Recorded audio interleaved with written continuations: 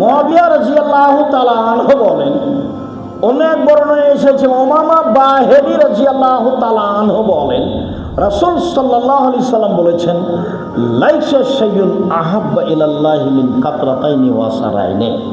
দুইটি বিন্দু ফোঁটা আল্লাহর কাছে যত প্রিয়, পৃথিবীর কোনো কিছু আল্লাহর কাছে তত প্রিয় নয়। এক ফোঁটা চোখের পানি। আলোচনার প্রারম্ভে বলেছি যে চাওয়া কাজটা আল্লাহর কাছে যত প্রিয়, কোনো ইবাদত আল্লাহর কাছে তত প্রিয় নয়। এবার বলছি যে এক ফোঁটা চোখের পানি আল্লাহর কাছে যত প্রিয়, কোনো ইবাদত আল্লাহর কাছে তত প্রিয় নয়। সম্মানিত দিনী ভাই বোন, এবার আমরা কাছাকাছি চলে আসি। এক, চাওয়া কাজটা সবচেয়ে প্রিয়।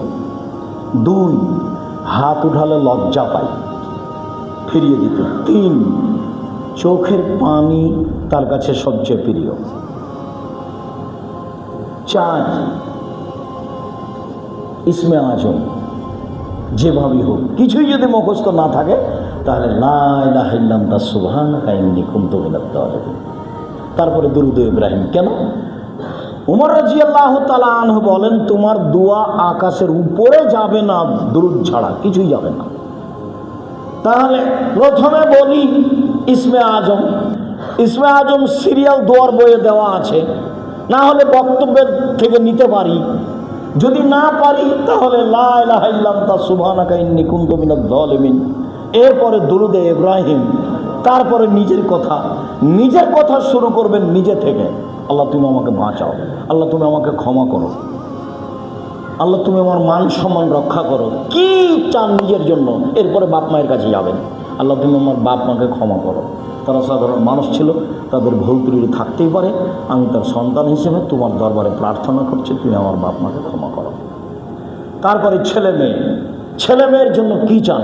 তুমি আমাকে ছেলে মেয়ে দাও, ভালো ছেলে মেয়ে দাও, যারা জাতির জন্য উপকারী হবে, পরকালের জন্য কল্যাণকর হবে, সবার জন্য ভালো, এরকম ছেলে মেয়ে দাও। তারপরে জনগণের জন্য, পাঁচজনের জন্য, জাতির জন্য। আগে নিজে থেকে শুরু করবেন, নিজে, তারপরে বাপ মা, তারপরে ছেলে মেয়ে, তারপরে আপনার অন্যান্য মানুষের জন্য।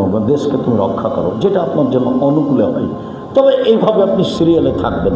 নিজের জন্য তখন নিজে ব্যবসা বাণিজ্য যা কিছু প্রয়োজন, যা কিছু চান চেয়ে নিতে হবে। মুখখান বন্ধ করে রাখা পছন্দ নয়। আল্লাহ এতে অসন্তুষ্ট হন।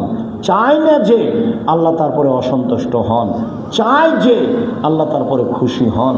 চায় না যে আল্লাহ তারপরে অসন্তুষ্ট হন, চায় যে আল্লাহ তারপরে খুশি হন।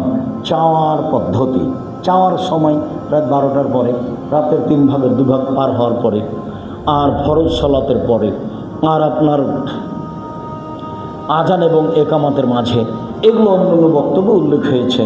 বিশেষভাবে কবুলের পদ্ধতিতে দেখা যাচ্ছে যে রাতে ঘুমাতে হবে দোয়া পড়ে, অজু করে যখন ঘুম ভাঙবে তখন উঠে 2 রাকাত সালাত আদায় করে বলতে হবে। চাওয়ার পদ্ধতিতে বললাম, 1, হাত তুলে। 2, কান্নাকাটি করে। 3, এই সময়গুলিতে সেখানে থাকবে ইসমে আজম, সেখানে থাকবে দরুদ, তাহলে দোয়া কবুল হবে ইনশাআল্লাহ।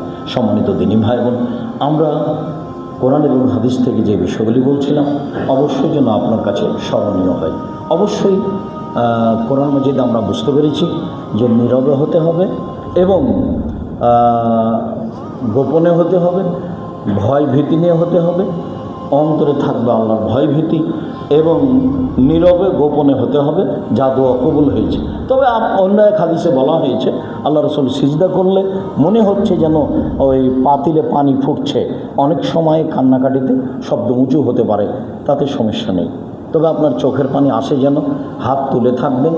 আর আল্লাহর সুনাম অর্থাৎ হাম প্রশংসা, তারপর মুহাম্মদ সাল্লাল্লাহু আলাইহি ওয়াসাল্লামের দুরূদ, এগুলো নিয়ে আপনি দোয়া করবেন।